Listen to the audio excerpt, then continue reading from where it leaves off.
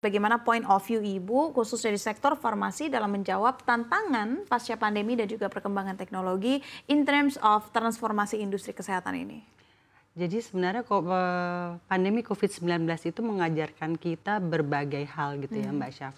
Jadi kalau kita lihat pada sekarang ini masyarakat seperti kita lebih sadar sehat, lebih sadar bagaimana kita melakukan pola hidup yang sehat dan juga melakukan hal-hal yang preventif gitu ya supaya kita tidak mudah sakit, meningkatkan imunitas kita.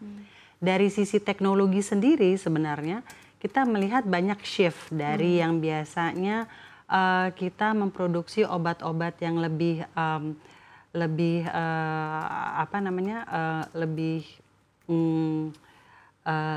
yang konvensional ke obat-obat yang lebih berbasis biologi molekuler. Seperti pada saat pandemi kita lihat produk rekombinan vaksin mRNA itu banyak dipakai gitu ya, yang mungkin pada zaman sebelumnya itu tidak terjadi. Tetapi pandemi ini mengajarkan kita juga bagaimana kita berusaha untuk ensure bahwa kita ada kemandirian kesehatan di industri farmasi. Karena kemandirian itu pada saat pandemi kita lihat obat kita susah dapat gitu ya waktu awal-awal pandemi. Terus pada saat kita mau alat kesehatan juga nggak terlalu mudah gitu mendapatkannya. Kita mau import, negara yang kita mau import juga mereka juga menahan karena mereka juga perlu untuk mereka. Sehingga kemandirian di bidang kesehatan itu sangat penting supaya kita ada ketahanan farmasi nasional. Dan bentuk kemandirian itu gitu kalau Ibu lihat sejauh ini sudah maksimal atau belum? Apakah bahan-bahan kita sudah mencukupi apa belum? Dan apa yang masih bisa dikembangkan agar kita bisa semakin mandiri? Ya, jadi salah satunya kalau dari bidang farmasi adalah mengembangkan bahan baku lokal gitu ya, bahan baku obat buatan dalam negeri. Nah sekarang ini memang import itu masih sangat tinggi untuk bahan bakunya. Memang banyak produk dibikin di Indonesia gitu ya di dalam negeri, tetapi bahan bakunya kita masih import.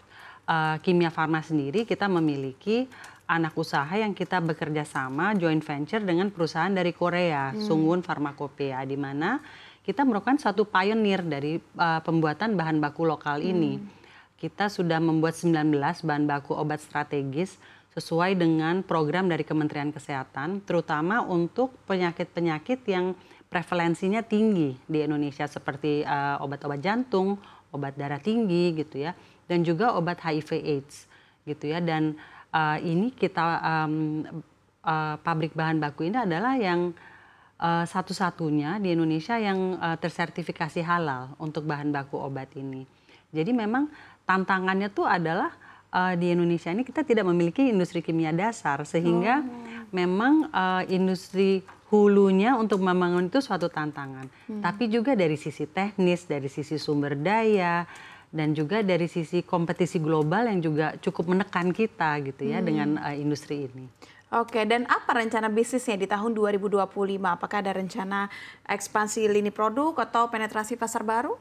Ya, jadi kalau di Kimia Farma kita tentunya melihat dari prevalensi penyakit yang ada di Indonesia dan tingkat kematian karena penyakit tersebut gitu ya. HIV, AIDS, tuberkulosis, malaria itu adalah 3 yang terbesar di Indonesia saat ini. Malaria terutama di Indonesia bagian timur itu masih banyak gitu ya.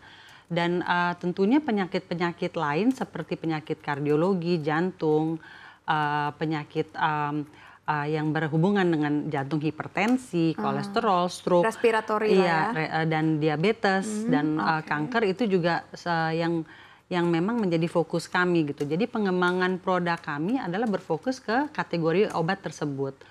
Tetapi juga pengembangan bisnis di Kimia Farma juga tidak lepas dari efisiensi. Kita melakukan banyak sekali efisiensi dari sisi perampingan portfolio produk sendiri.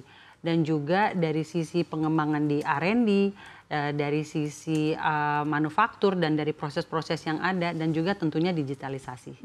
Jadi apa yang menjadi rencana besarnya gitu selain tadi pengembangan obat yang berfokus pada penyakit-penyakit yang menjadi tingkat kematian tertinggi, lalu juga ada efisiensi, tapi target besar yang ingin dicapai di tahun 2025 apa Ibu?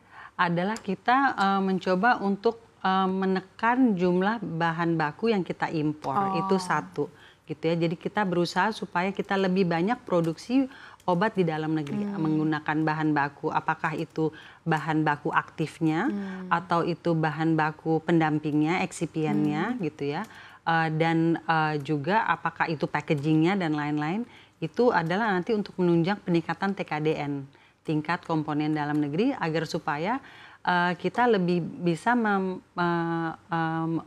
membuat ketahanan nasional untuk kemandirian obat nasional. Oke, apakah berbicara tentang obat ini akan untuk semua jenis penyakit tadi, atau sebenarnya hanya akan difokuskan ke kardiologi medicine, respiratory medicine, atau sebenarnya diusahakan untuk semua macam obat? Jadi kita awalnya ini, karena ini juga kita industrinya masih baru ya untuk bahan baku obat, kita fokus untuk penyakit-penyakit yang 6 fokus terapi dulu. Oke, yang angka kematian tinggi tinggi tadi. Dan kita ada 19 bahan baku obat yang sudah kita buat itu untuk yang obat-obat strategis. Jadi kita kayak ada untuk obat darah tinggi itu pasti dibutuhkan. Untuk kolesterol misalnya, dan untuk diabetes gitu, dan untuk HIV/AIDS yang memang tingkat kematiannya sangat tinggi di Indonesia gitu. Jadi kita fokus ke sana dulu. Oke, terkait tentang bahan baku lokal, bagaimana upaya perusahaan untuk bisa meningkatkan TKDN juga untuk produk-produk farmasi ini, Bu? Iya, jadi memang kita dengan kita dengan memiliki Sungun Farmakopia, Kimia Farma Sungun Farmakopia, KFSP, kita ada 19 bahan baku yang sudah kita buat di sana. Itu juga kita juga sudah change source kan, jadi kita sudah mensubstitusi bahan baku impor dengan bahan baku lokal, itu satu. Tapi kita juga memiliki anak usaha, Syncona Indonesia Lestari, yang juga bergerak di bahan baku tapi lebih herbal, gitu ya. Jadi bahan-bahan kina atau mungkin bahan-bahan herbal yang ada, itu kita bekerja sama dengan PTPN, di mana kita juga sudah ekspor sebenarnya. Jadi memang kebutuhan dalam negerinya terpenuhi dan juga sudah kita ekspor ke lebih dari 19 negara saat ini. Oke, itu untuk bahan baku berarti ya tadi bahan baku. Ya diekspor. Oke.